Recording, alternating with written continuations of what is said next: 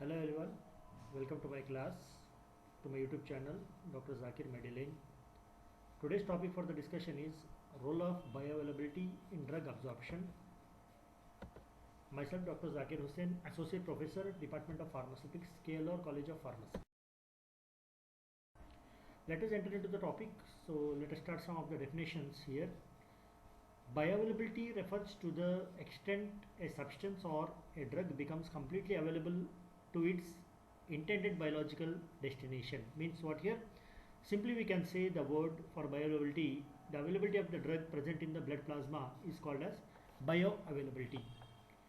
Next we can take the definition for bioequivalence. It is a biochemical similarity of two or more drugs that shares the same active ingredients and desired outcome for patient when assessing how well a generic drug works.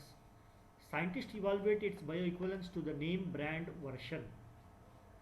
Next, the therapeutic equivalence. According to the US Food and Drug Administration, two medicines that have the same clinical effect and safety profile are said to have therapeutic equivalence, which contains the same active ingredient as the original medication, utilize the same route of administration, be the same dosage. Coming to the next slide. Here is the flowchart we have taken. So with the heading what is bioavailability, and we have given the on the left hand side we have, you can observe here there is a formula for bioavailability. For determining the bioavailability, it is AUC oral administration upon AUC intravenous administration. So now we can see the graphical representation of the bioavailability. When a drug is administered, so after a certain duration of time, on the x-axis we have taken time in hours. IV bolus, that is IV administration, 100% bioavailability is going to be achieved within a short period of time. The yellow graph, yellow arrow mark, it's indicating Tmax intravenous, and the remaining is the oral dosage forms, that is AUC oral administration. We can see a bell-shaped, inverted bell-shaped curve you can observe here. Time at which drug concentration is highest. So this is the topmost line, which is called as maximum safe concentration, MSC, and between the MSC and MEC there is a therapeutic range which is called as a window, therapeutic window. And if you see inside the graph, there is a area under the curve, AUC, and whereas Tmax, that is after oral administration, and on the left hand side serum drug concentration on y-axis, and x-axis we are taking as a time. And at the last of the line we can see that is elimination phase, where the drug has reached to the maximum peak level after certain duration of time. After middle of the time means half of the time, T half, then the drug starts downfall, first fall, second fall, and finally it is going to the decline phase, which is called as a elimination phase. So we can move to the next slide. Bioavailability we can better understand by using this flow chart. The fraction absorbed into the systemic circulation is the drug's bioavailability. As I told in the slide, introduction slide, that is definition slide, the availability of the drug present in the blood plasma is called as a bioavailability. So what happened here, it is in the GA lumen, gastrointestinal lumen, and gastrointestinal wall. With the help of enzyme cytochrome 3A4, the drug starts its metabolism and enters into the portal vein, where it reaches to the liver. From the liver it enters into the systemic circulation. So the drugs which are not passing into the liver, they are called as a bypass, first pass effect, we are calling it as a first pass effect. But after GI, gastrointestinal lumen, drugs which are not metabolized, they are exit, coming outside. Metabolism or PGP, excretion into gastrointestinal lumen, metabolism or biliary excretion, then finally enters into the systemic circulation. Bioavailability formula AUC, area under the curve, perioral. So as we saw in the previous slide, same formula we can write like this also, AUC IV intravenous administration multiplied by 100. So here a graphical representation. On the y-axis you can see plasma, that is a drug plasma. When we are giving a perioral route, PO, oral route, and when we are given the IV route, intravenous dose administration, at initial time the IV route we can observe here there is a immediate and instant release of the drug has been observed and reaches to the maximum level. Whereas in the perioral observation we can see there is a not exactly the same peak we are observing as in IV, but here as the drug prolong its release, the drug effect is going to be observed, which reaches to the maximum Cmax, we can say maximum concentration, where the drug has been reached to the maximum level, and from there the decline phase is going to be started. Now, what are the considerations for bioavailability studies? The following type of considerations are paramount for all bioavailability studies. What are they? Let us see now. First one, that is selection of drugs, that is subject, nothing but subject, selection of subject. Then design of the study, washout period for crossover design, study design, single dose versus multiple dose, conditions necessary to perform studies, pharmacological effects produced by the drug metabolites, and finally the assay methods. These are the following methods are required for the consideration of bioavailability studies. Next, in this topics, most of the headings we are familiar, but what the new thing in this heading in this slide is that what is the washout period and what are the study design, how we have to design the subject, and how we have to design the drug for the release of a drug from the medicament. So next, significance of bioavailability, we are discussing one by one slide with the help of some examples. We can see here significance of bioavailability. Bioavailability is a key indicator of drug absorption. Key indicator means an important parameter for the drug absorption. If you want to determine how much drug is absorbed inside the body, the basic criteria, the basic phenomena we have to observe here is the bioavailability. So without bioavailability, we cannot able to measure how much amount of the drug has been released and it has been absorbed inside the body. It represents the administered dose fraction which achieves success in reaching the systemic circulation. What they are trying to say here, it represents the administered dose, the dose which is administered, it is in fractions which achieves success in reaching the systemic circulation. The drug which is going to be released, not exactly in perioral route, what happens, the drug is not released at the all full dose is not going to be released. It is going to be released in fraction of time. At particular time drug has been released.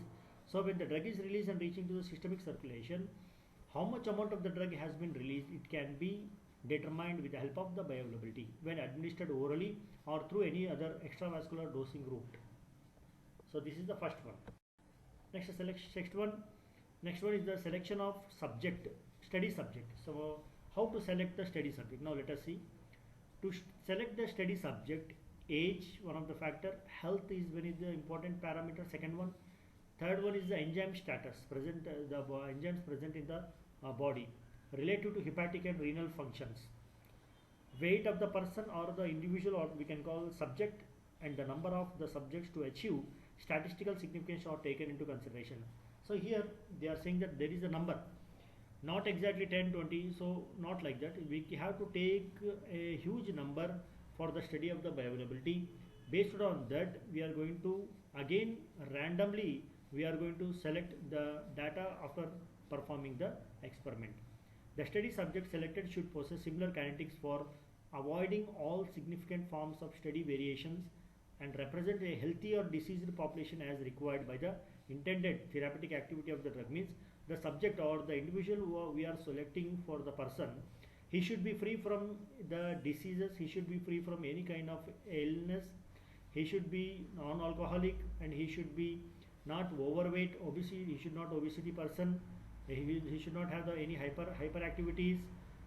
Sometimes this type of things are going to be considered before we are going to subject the selection of the study subject. He should be free from all the other habits, bad habits. He should be free from all these things. He should not be drug addict also. If he is a drug addict, then again complications are going to be observed. Coming to the next one, study design. So how we are going to study? We are going to design the study, that is usually a bioavailability study is accomplished through a crossover study design. The method called as crossover study. Under this study, all the study subjects involved receive the drug candidates with a certain washout period between two administered doses. So what they are saying here in the study design, by using a crossover study design method, all the individuals or the subjects will receive the drugs, that is the medicament, at certain washout period, at particular period, at two particular doses are going to be given to that person. One intravenous and one extravascular dose is given to that individual. While under the Latin square study design, Each of the subject involved receives each route of administration only once, whereas crossover study design, the individual will receive two doses from extravascular route as well as the intravascular route of administration, intravenous route administration as well as extravascular route. Whereas Latin square study design, the individual will receive the route of drug administration only a single time, single dose is observed. Under the Latin square crossover study, every subject acts as a self-control for the research. It helps in reducing the variation between two different subjects. This is the study. Now coming to see, let us see the flow chart. What is the flow chart here? Types of study design. Experimental study design is there. Observational study design is there. In the experimental study design, randomized control trials are observed. Whereas in the observational study design, cohort, that is longitudinal, case control, cross-sectional and ecological. Ecological is totally population based, whereas cohort studies, case control and cross-sectional studies are individual based study design. That is observational based, means one particular individual is going to be selected. On that individual only these experiments are going to be performed. Whereas in ecological study design, the entire population we are going to study here for determining the bioavailability. Now what is the washout period? This is the washout period. The time duration between two different treatments is defined as the washout period. It is a duration of time between two different conditions. It is called as a washout period. The washout period is essential for the complete elimination of the administered dose of a particular pharmaceutical product under consideration. Example, we have taken a antibiotic. That antibiotic has given to the individual, to the person of different types. It is what they are saying. The washout period is a gap or the time interval between different treatment, means one person suffering from one type of disease, another person suffering from other kind of diseases, such as one person suffering with sugar problem, that diabetic problem, another is suffering from hypertension. For both of them we cannot give the same medicine. The medicines are different, their complications are different. That's why when we are given the medicine at two individuals, the time gap for the recovery is called as a washout period. It is essentially complete elimination of the administration of those particular pharmaceutical product under consideration. That we have to wait until the drug has been eliminated total from the body of the patient. Until that time we have to wait there. This is condition. This period is called as a washout period. Thereby for studying elimination of around 99% of the administered dose of the drug, a minimum count of 5 elimination half-lives are required. In between two treatment, in between these two treatments, how many times we have to wait means at least 5 half-life, elimination half-life. T half is different, it is biological half-life is different, whereas elimination half-life is different. We have to wait until the drug has been eliminated 50% off from the body. Until that time we have to wait. The washout period varies based on the drug metabolism and excretion and can be estimated following a pharmacokinetic determination following a single intravenous dose. This is called as a washout period. You can see the diagrammatic explanation. An image has been given, that is confinement, washout period, screening, baseline, period 1 and period 2. This is pharmacokinetic parameters 1, 2 and 3. Randomization and dose. Again period 2, again we are taking 1, 2 and 3 doses. Period 3 again we are taken this. What is period 1, period 2 and period 3? This is the washout period, that is elimination half-lives, half-life 1, half-life 2 and half-life 3. Like that we can consider. Follow up, we have to take this one, phone calls 4 days after discharge. So this is the patient, the discharge summary they are explaining. But what we have to understand from this washout period, we have to understand that when the two patients are having with different complications, when the medicines are given of two different marketed products, we have to wait for the drug elimination. At least we have to wait for 5 half-life, 5 elimination periods. Then we can say the drug has been washed out, completely washed out. That washout period can be considered. Next slide. Single dose versus multiple dose studies. What is this one? Single dose studies are typically employed for determination of bioavailability and bioequivalence. The single dose study is mainly performed for bioavailability and bioequivalence. Multiple dosage studies are employed to determine time and number of doses to achieve steady state condition. Means in single dose study, we are going to study only about the availability of the drug as well as the bioequivalence. Whereas in multiple dose study, we are employed to determine the time as well as the number of doses required to achieve the steady state condition, whether it is a chronic or continuous treatment, and to determine whether metabolic induction or saturation occurs with continued dosing. The multiple dose studies are required in preclinical drug development toxicological studies in order to establish appropriate safety margin for continuous administration. If you want to go for continuous administration, the multiple dose study is well helpful here in this case. So now we can see the graphical presentations, that is single dose versus multiple dose to reach the steady state. In a single dose, the steady state cannot be reached at predetermined time, whereas in multiple dose, the steady state can be reached, or until the steady state has reached, the multiple doses can be continued. This is the formulation 1 and formulation 2. So red line indicating formulation 1, whereas the blue line indicates formulation number 2. On the y-axis we have taken the drug, on the x-axis we have taken the time, drug concentration versus time. If you see here, two products that are not bioequivalent after a single dose may appear to be bioequivalent in the multiple dose administration. So formula 1 and formula 2 you can see here, formulation 1 and formulation 2. Formulation 1, it is in red color and blue line.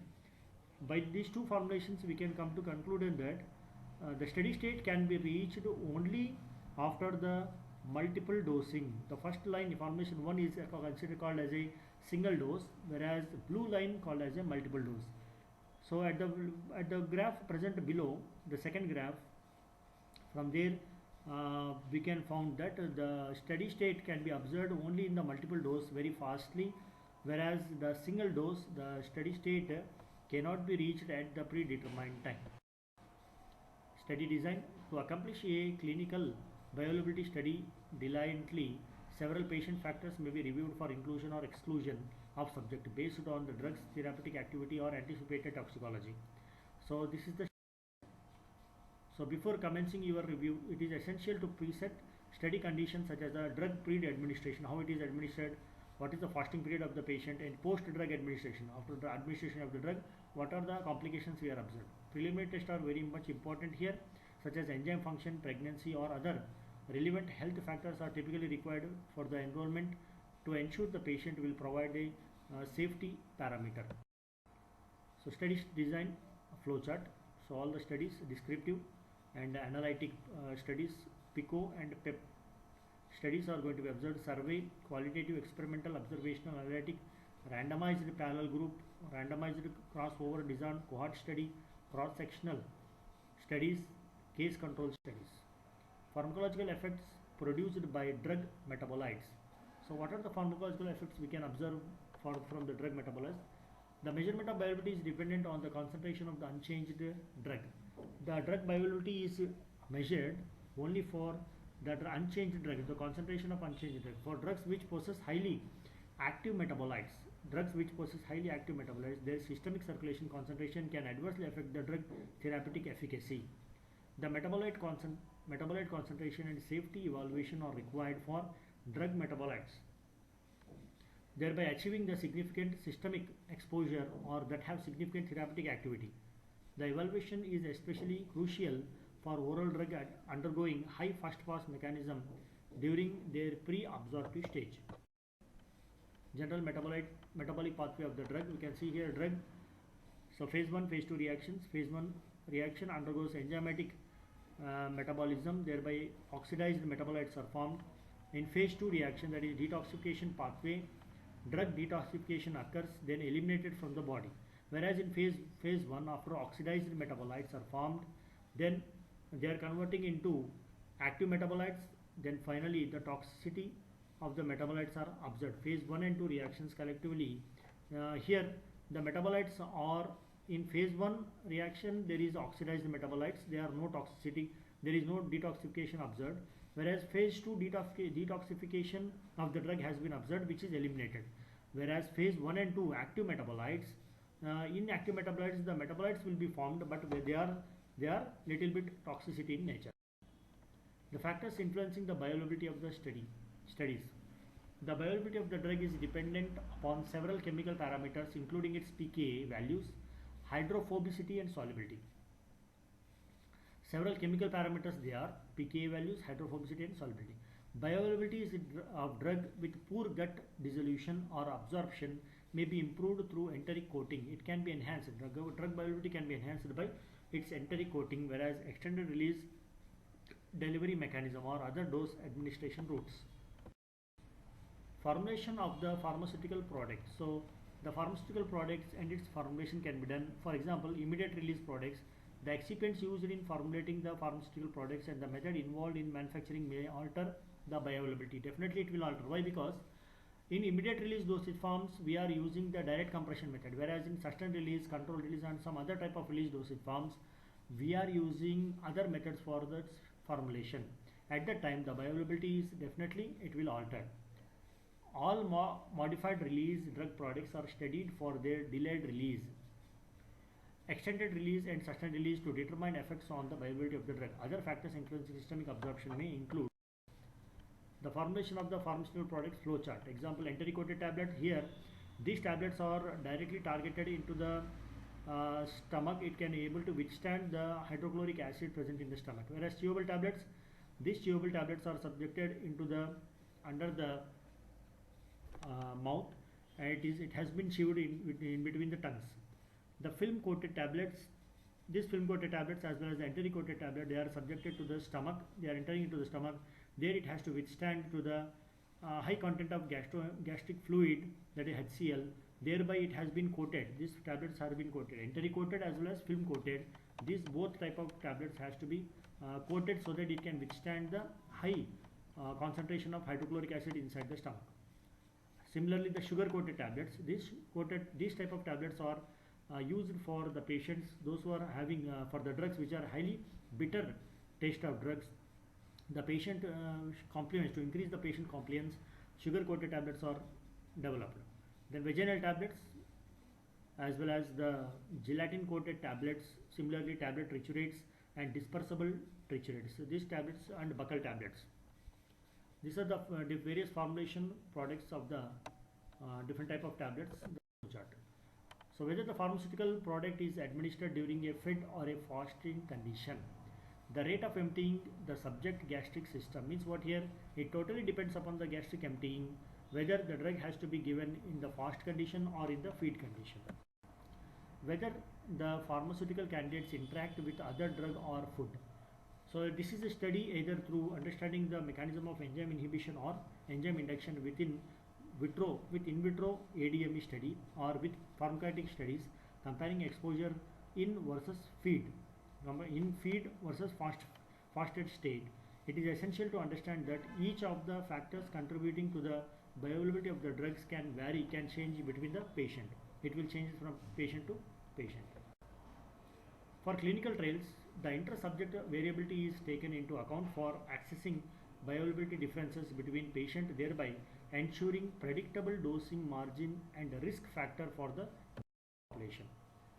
So this is the end of the slide. So that is the effect of that is bioavailability, role of bioavailability on drug absorption.